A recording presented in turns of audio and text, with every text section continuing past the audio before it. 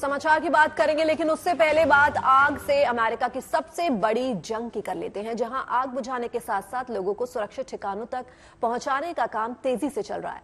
America में California के Los Angeles में फिर से जंगल की आग भड़क गई है। इस बार ये आग एक नए इलाके में लगी है, जिसने अब तक 10,000 एकड़ जमीन को अपनी चपेट में ले लिया। वहां से आई कुछ तस्वीरों को देखकर यह अंदाजा लगाया जा सकता है कि आग कितनी विकराल हो चुकी है। रात के वक्त आग की लपटें साफ नजर आती हैं तो तेज हवाओं के साथ तेजी से फैलती ही जा रही हैं। आसमान में पूरा स्मॉग छाया हुआ है, जिससे आसमान पीला नजर आ रहा है। स्मॉग की वजह से सूरज तक दिखना बंद हो गया। अब तो हाईवे किनारे भी आग पहुंच चुकी है, जिससे सबसे ज्यादा मुश्किल गाड़ियों को हो रही है, गाड़ी चलाने वालों को हो रही है। विजिबिलिटी पर तो असर पड़ ही रहा है, साथ ही साथ धुएं की वजह से सांस लेने में भी लोगों को तकलीफ हो रही है।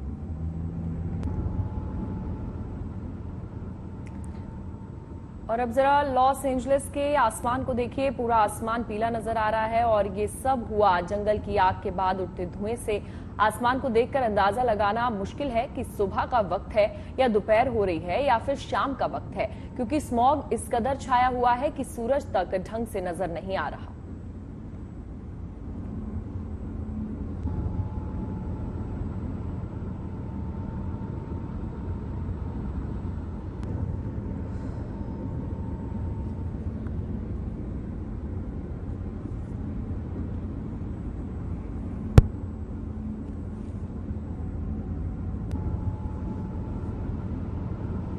तो आप देख सकते हैं किस तरह से आग जो है वो लगी हुई है। स्मॉग ही स्मॉग चारों तरफ है और आग बुझाने में लगातार जो हेलीकॉप्टर्स हैं उनकी मदद ली जा रही है, लेकिन उसके बावजूद भी चारों तरफ सिर्फ और सिर्फ धुआं ही धुआं नजर आ रहा है। तो ये तस्वीरें देखिए कैसे धुआं नजर आ रहा है और पता ही नहीं चल रहा कि वक्त क्या हो रहा है, सुबह हो रही है, शाम हो रही है। तो आग बुझाने के लिए कई टीमें जुटी हुई हैं। आसमान तक सिर्फ धुआं ही धुआं नजर आ रहा है, धुएं से पीला हो गया है आसमान। ये तस्वीरें साफ तौर पर ये दिखा रही है कि आग काफी ज्यादा भीषण लगी है।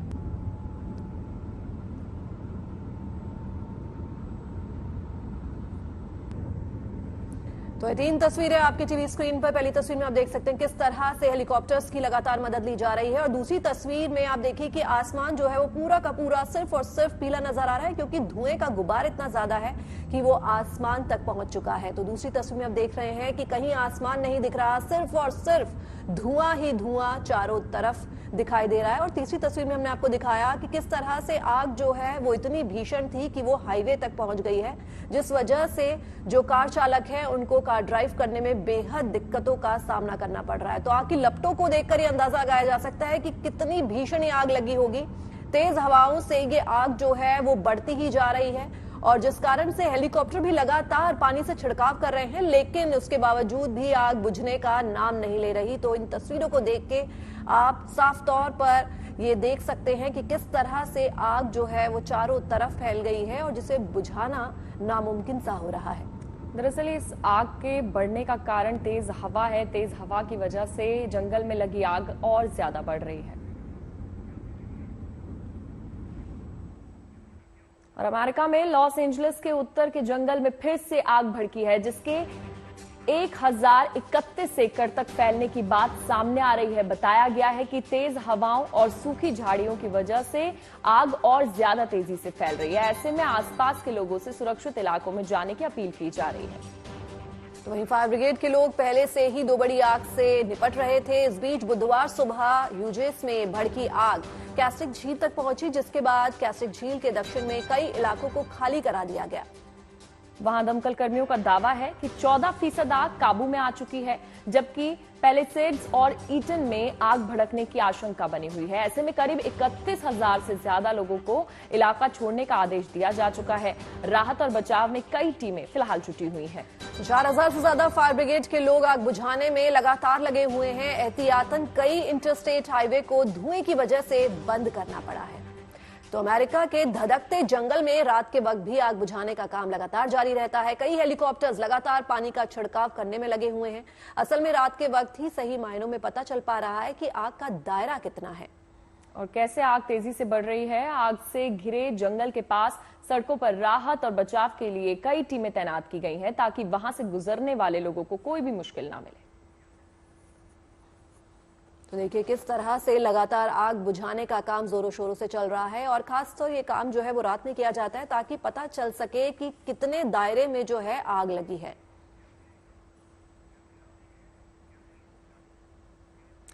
तो असल में आग भड़कने की कई वजह हैं जिनमें मौसम का अहम रोल है, क्योंकि आग से प्रभावित इलाकों में महीनों से बारिश नहीं हुई है।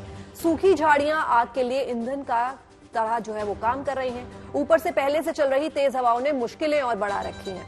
इन तेज हवा की वजह से आग की लपटें कैस्टिक झील तक पहुंच चुकी हैं। अब मौसम विभाग की तरफ से जारी किए गए अलर्ट ने मुश्किलें और बढ़ा दी हैं।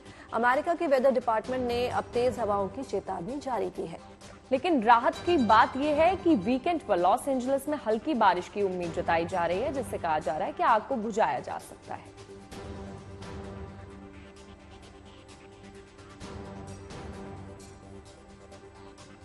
तो देखिए किस तरह से लगातार जो है आग बुझाने का काम जो है वो किया जा रहा है और तेज हवाओं ने जो है ये आग बुझाने की जो प्रक्रिया है उसमें और मुश्किल खड़ी कर दी है, क्योंकि ये आग जो है वो सिर्फ और सिर्फ जंगलों तक ही नहीं, अब हाईवे तक भी पहुंच चुकी है, जिससे लोगों को आने जाने में काफी दिक्कतों का सामना करना पड़ रहा है और उस पर तेज हवाएं जो हैं वो इस आग को और बढ़ावा दे रही हैं। स्मॉग की वजह से कुछ भी देख पाना मुश्किल हो रहा है और हेलीकॉप्टर से लगातार पानी का छिड़काव किया जा रहा है और लॉस एंजलिस में एक बार फिर से ये आग जो है भड़क गई है और आने जाने वाले लोगों को दिक्कतों का सामना ना करना पड़े, इसके लिए सड़कों पर भी टीमें तैनात की गई हैं ताकि उन्हें इतनी मुश्किलों का सामना ना करना पड़े।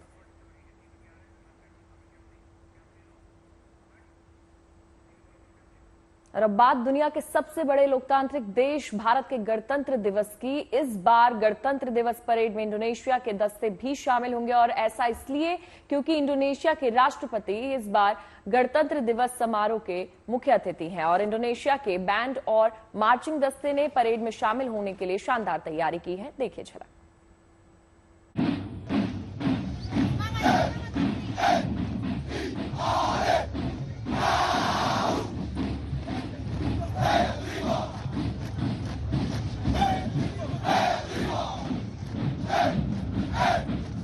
राजधानी दिल्ली के विजय चौक पर अपने जोश और जज्बे का इजहार कर रहे ये इंडोनेशिया की सेना के जवान हैं, जो अपने बैंड के मनमोहक धुनों पर कदम ताल करने को तैयार हैं।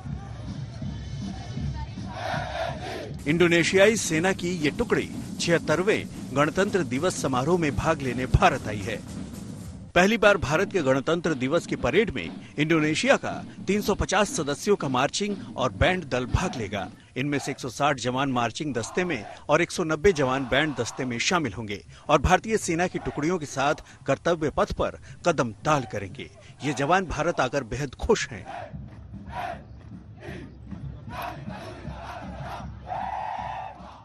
Most of all are very excited and very surprised, and also again we would like to convey our sincere gratitude and appreciation for the Indian government who already invited us to be in this event. I'm participating in this event as a leader of the marching bands, so I'm feeling really excited because it is our first time in India, and I hope that the presence of me in here is to enhance the cooperation between India and Indonesia.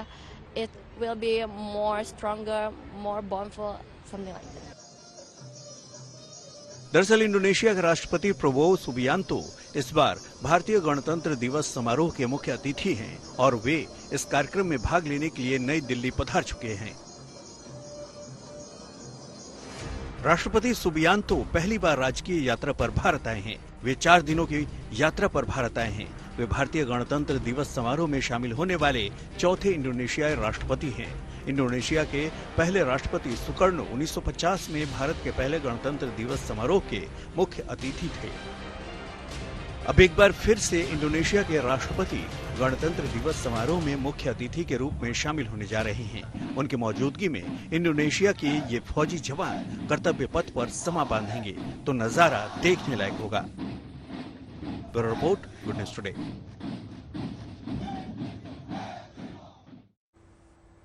तो पिछले कुछ वर्षों से गणतंत्र दिवस के मुख्य समारोह में देश के कुछ चुने हुए आम लोगों को विशेष अतिथि के रूप में बुलाने की परंपरा बन गई है। इस बार भी इस कड़ी में करीब 10,000 ऐसे लोगों को परेड देखने का निमंत्रण भेजा गया है, जिन्होंने देश और समाज में बदलाव लाने में योगदान दिया है। आपको दिखाते हैं इस बार कौन कौन से आम लोग बनेंगे कर्तव्य पथ पर परेड के खास मेहमान।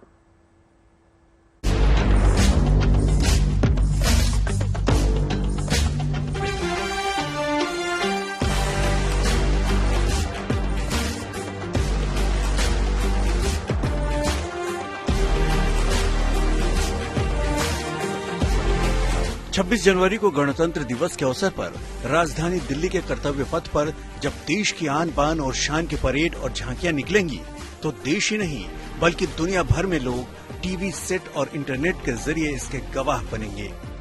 लेकिन हजारों लोग ऐसे भी होंगे जो कर्तव्य पथ पर ही दर्शक दीर्घा में मौजूद रहकर इस अनूठे कार्यक्रम के साक्षी बनेंगे।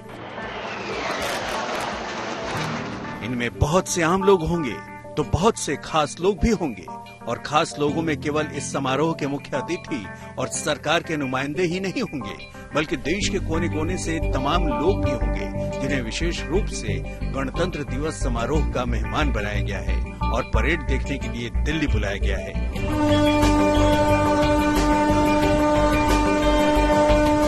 मिली दक्षिण पूर्व रेलवे की senior loco pilot Ritika Tirkey से, जो उन्हीं खास लोगों में से हैं जिन्हें राष्ट्रपति ने 76वें गणतंत्र दिवस के मौके पर विशिष्ट अतिथि के रूप में निमंत्रित किया है। टाटा नगर में कार्यरत रितिका तिर्की देश की पहली महिला लोको पायलट हैं, जो वंदे भारत जैसे प्रीमियम ट्रेन चला रही हैं। तो पहले तो मुझे यकीन नहीं हो रहा था, क्योंकि वो मेल आया था। कभी कभी लगता है कि वो फेक भी हो सकता है, ऐसा लग रहा था। लेकिन कुछ दिन पहले हमको उसका इन्विटेशन लेटर मिला, जो कि पोस्ट ऑफिस के माध्यम से आया। तो इसीलिए तो मुझे बहुत खुशी हो रही थी कि हमको जाना है 26 जनवरी को। तो मतलब एक सपना सा लग रहा था कि हाँ, सच में जाना है वहाँ। अब मिलिए पंजाब में मोगा जिले के चुंगावा गांव की सरपंच नरिंदर कौर से। इन्हें भी गणतंत्र दिवस समारोह देखने के लिए राष्ट्रपति का निमंत्रण मिला है। नरिंदर कौर ने न केवल अपने गांव की सूरत बदल दी है, बल्कि इनकी कोशिशों से गांव के 400 से ज्यादा घरों में अब पीने का साफ पानी मिल रहा है। प्रधानमंत्री जल जीवन योजना के तहत अच्छा काम करने के लिए इन्हें गणतंत्र दिवस समारोह में विशेष अतिथि के रूप में चुना गया है।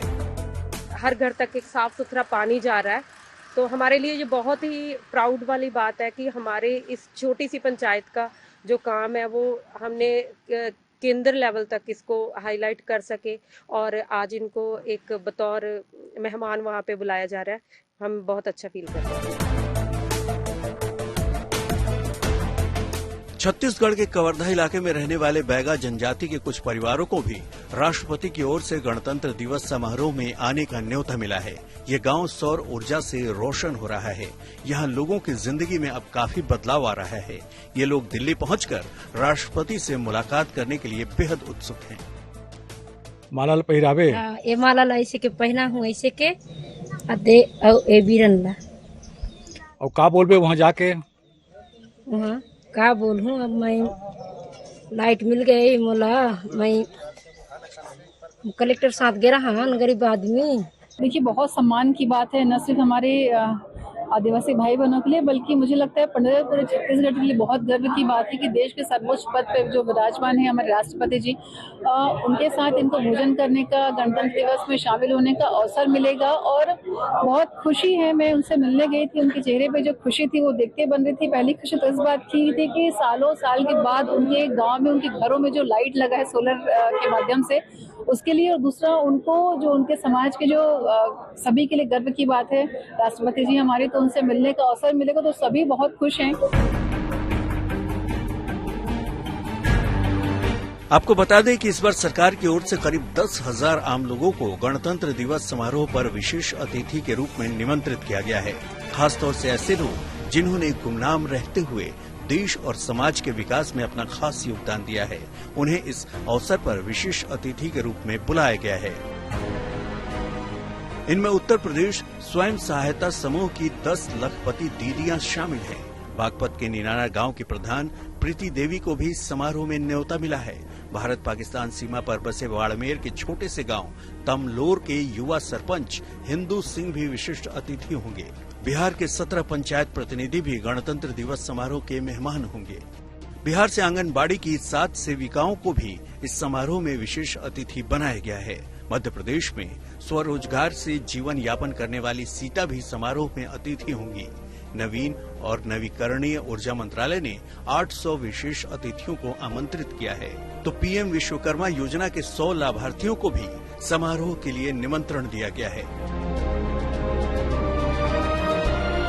इन सभी विशेष अतिथियों को कर्तव्य पथ पर गणतंत्र दिवस समारोह देखने और फिर राष्ट्रपति के साथ मुलाकात का मौका मिलेगा। राष्ट्रपति की ओर से इन्हें डिनर भी दिया जाएगा। मोगा से तन्मय सामंता और जमशेदपुर से अनूप सिन्हा के साथ bureau report, good news today. इन दिनों कोल्डप्ले बैंड के कॉन्सर्ट की भारत में खूब चर्चा हो रही है। 25 और 26 जनवरी को ब्रिटिश बैंड कोल्डप्ले का गुजरात में कॉन्सर्ट होने जा रहा है। दरअसल अहमदाबाद के नरेंद्र मोदी क्रिकेट स्टेडियम में यह कॉन्सर्ट होगा, जिसको लेकर लोगों में गजब का क्रेज देखने को मिल रहा है। कोल्डप्ले बैंड को लेकर युवाओं में काफी दीवानगी देखने को मिल रही है। इस कदर दीवानगी कि वो किसी भी कीमत पर टिकट हासिल करना चाहते हैं।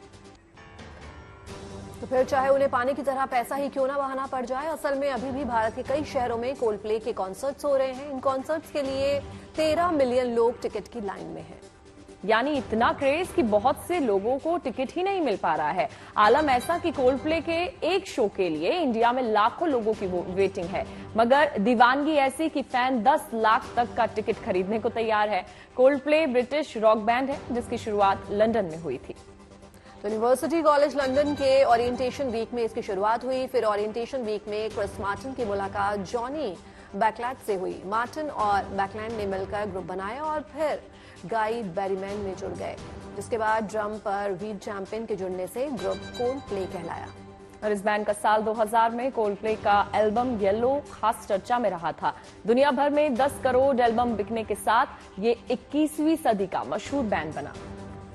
तो 2 दिन के कार्यक्रम को लेकर अहमदाबाद पुलिस ने एक्शन प्लान भी तैयार किया है। पुलिसकर्मियों के अलावा एनएसजी कमांडो को सुरक्षा का जिम्मा सौंपा गया है।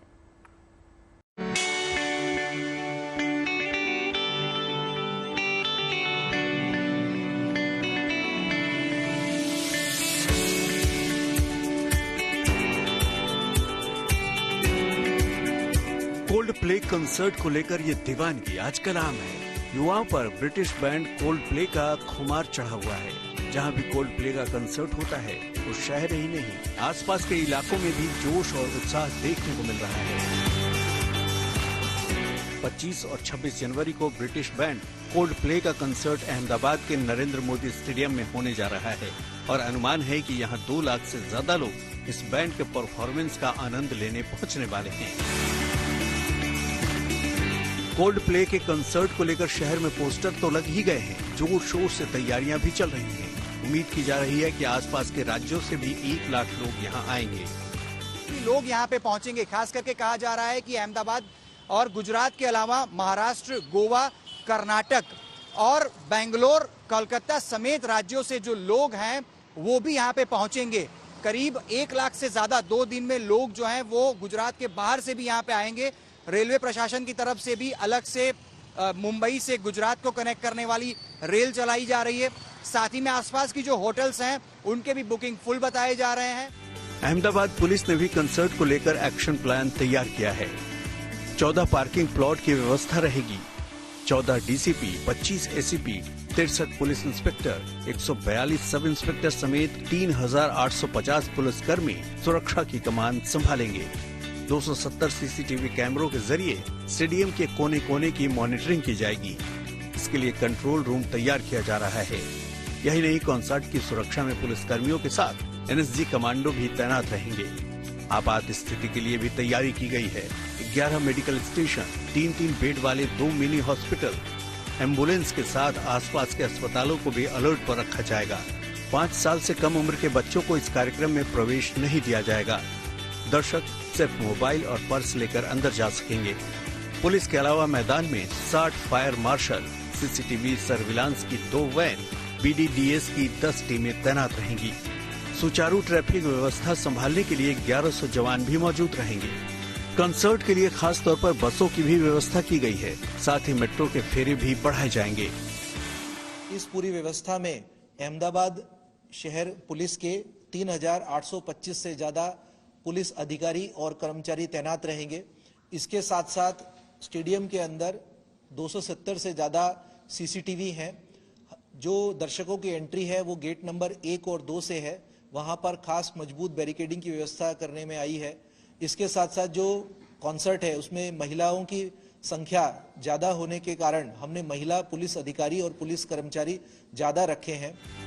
अहमदाबाद में कोल्ड प्ले का कंसर्ट शाम 5:15 बजे शुरू होगा, जो रात 10 बजे तक चलेगा। अभी तक जानकारी के मुताबिक इस 2 दिन के कंसर्ट की सारी टिकटें बिक चुकी हैं।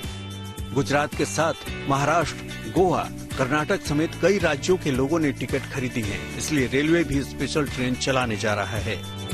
अहमदाबाद से अतुल तिवारी के साथ bureau report, good news today. बात देश और दुनिया के सबसे बड़े महाकुंभ की। प्रयागराज की नगरी रिकॉर्ड श्रद्धालु से गुलजार है और हर रोज लाखों श्रद्धालुओं संगम नगरी पहुंच रहे हैं। अब तक 10 करोड़ 21 लाख से ज्यादा लोग संगम में आस्था की डुबकी लगा चुके हैं। भारी संख्या में पहुंच रहे श्रद्धालुओं के लिए सरकार और प्रशासन की ओर से खास इंतजाम किए जा रहे हैं।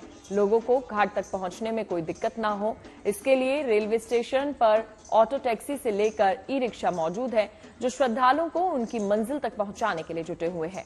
आगे आपको बताएंगे घाट तक आप कैसे और कहां तक पहुंच सकते हैं, लेकिन उससे पहले कुंभ नगरी की ये 7 तस्वीर आप देख सकते हैं, जिससे अंदाजा लगाया जा सकता है कि ये कुंभ बेहद खास और निराला है, जिसमें शामिल होने के लिए श्रद्धालु रूस यूक्रेन की युद्ध भूमि को छोड़कर कुंभ तक पहुंचे हैं। 144 साल बाद खास संयोग में प्रयागराज में चल रहे महाकुंभ को यादगार बनाने की पूरी तैयारी है और इसी सिलसिले में अब यहां भव्य ड्रोन शो होने जा रहा है। 3 दिन चलने वाले इस ड्रोन शो में प्रौद्योगिकी और संस्कृति का अनूठा संगम देखने को मिलेगा।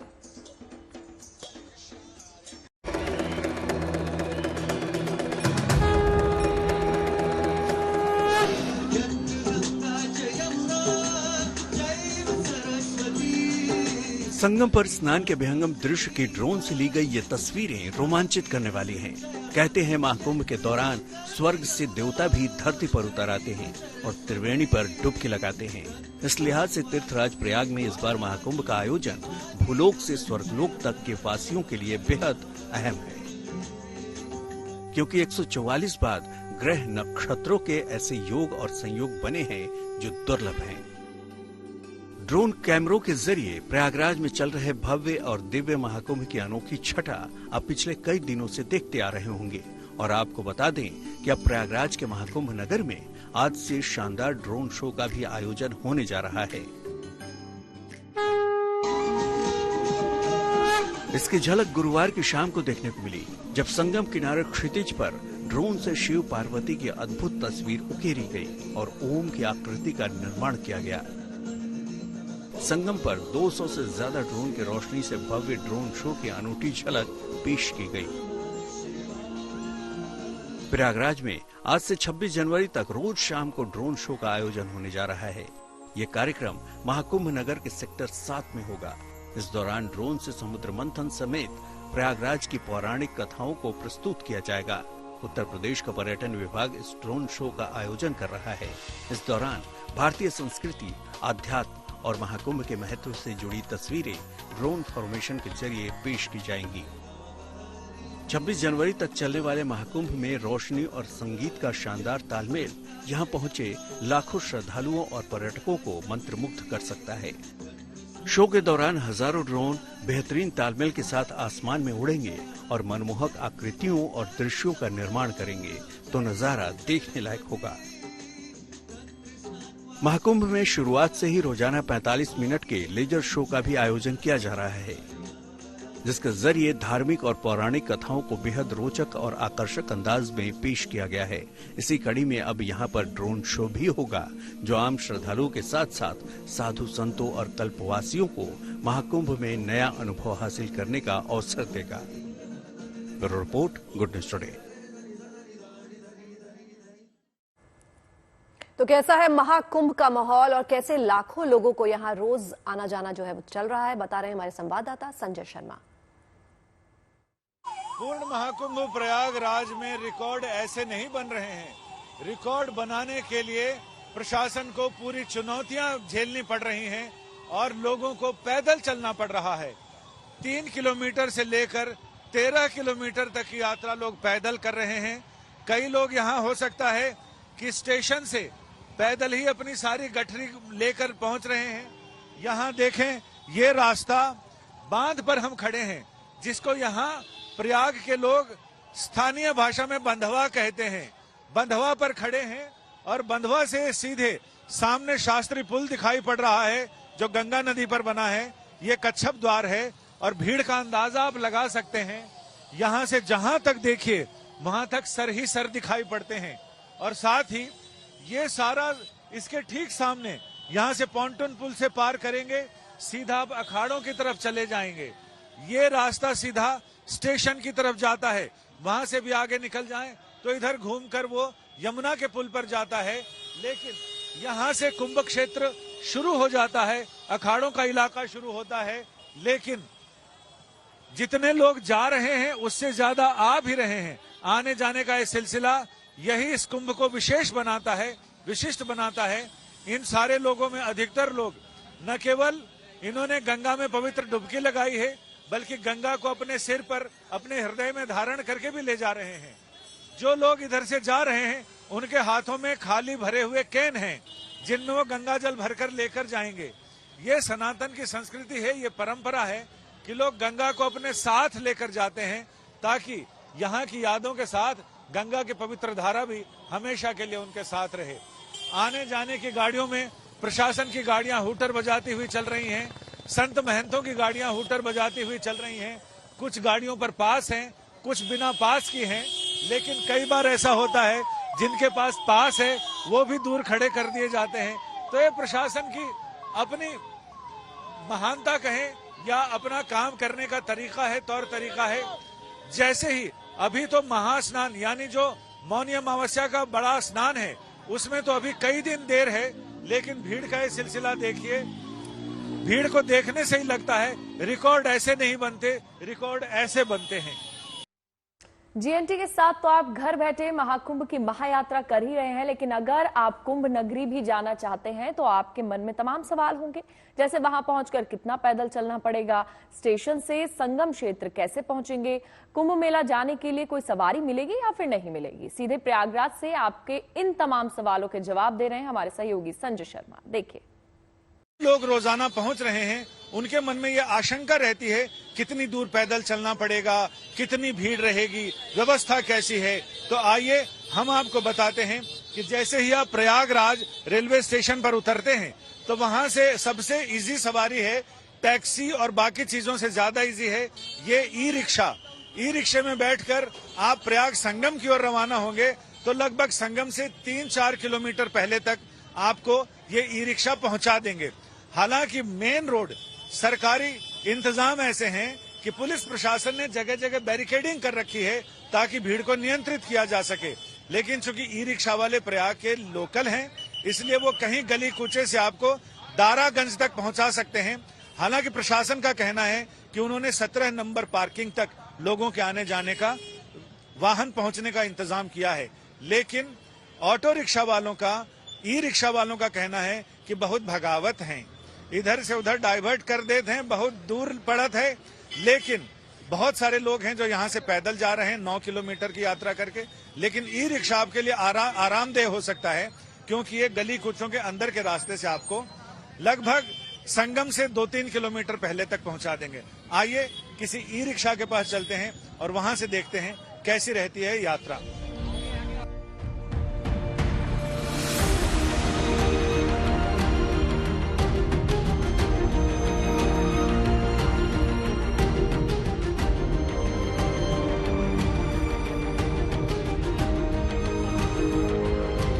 अब हमने ये ई रिक्शा की सवारी की है। ई रिक्शा के बारे में सबसे इजी तो है, साथ ही ये आपको चोर रास्तों से पहुंचा सकते हैं, यानी ऐसे साइड के रास्तों से आपको संगम के नजदीक तक पहुंचा सकते हैं।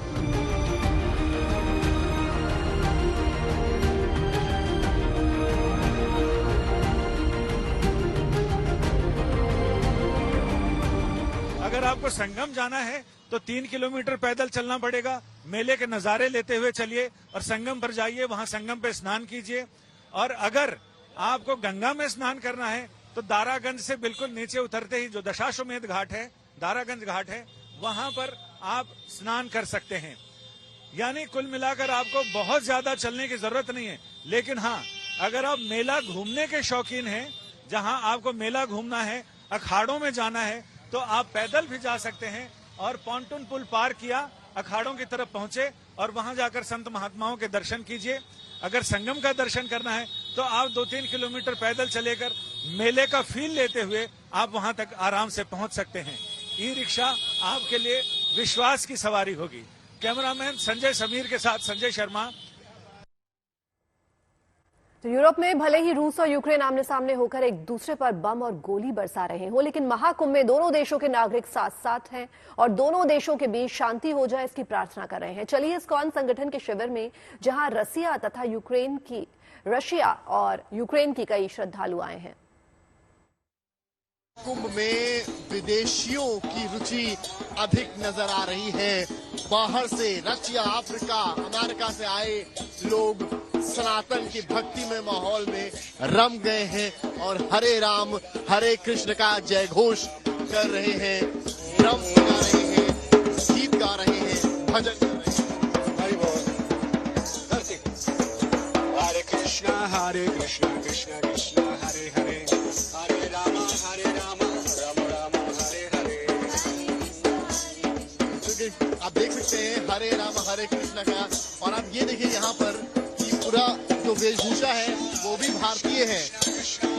भारतीय वेशभूषा साड़ी में यहाँ पर फॉरनर है, साथ में छोटे से प्यारे से बच्चे को लिए हुए हैं। कहाँ से आई हैं आप? रूसिया। रशिया से आए हैं। कब आई हैं? आपने एकदम भारतीय वेशभूषा में साड़ी पहने हुए, कैसा लग रहा है? जय Shri Prabhupada, this is Vaishnav dress. Mahakumbh में कैसा लगा? Mahakumbh amazing.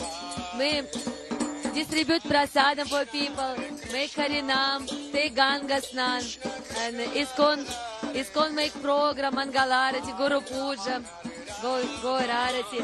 Amazing. I love so much. Is your kid enjoying Mahakumbh? She enjoy in Vrindavan. First time Radha Lalita.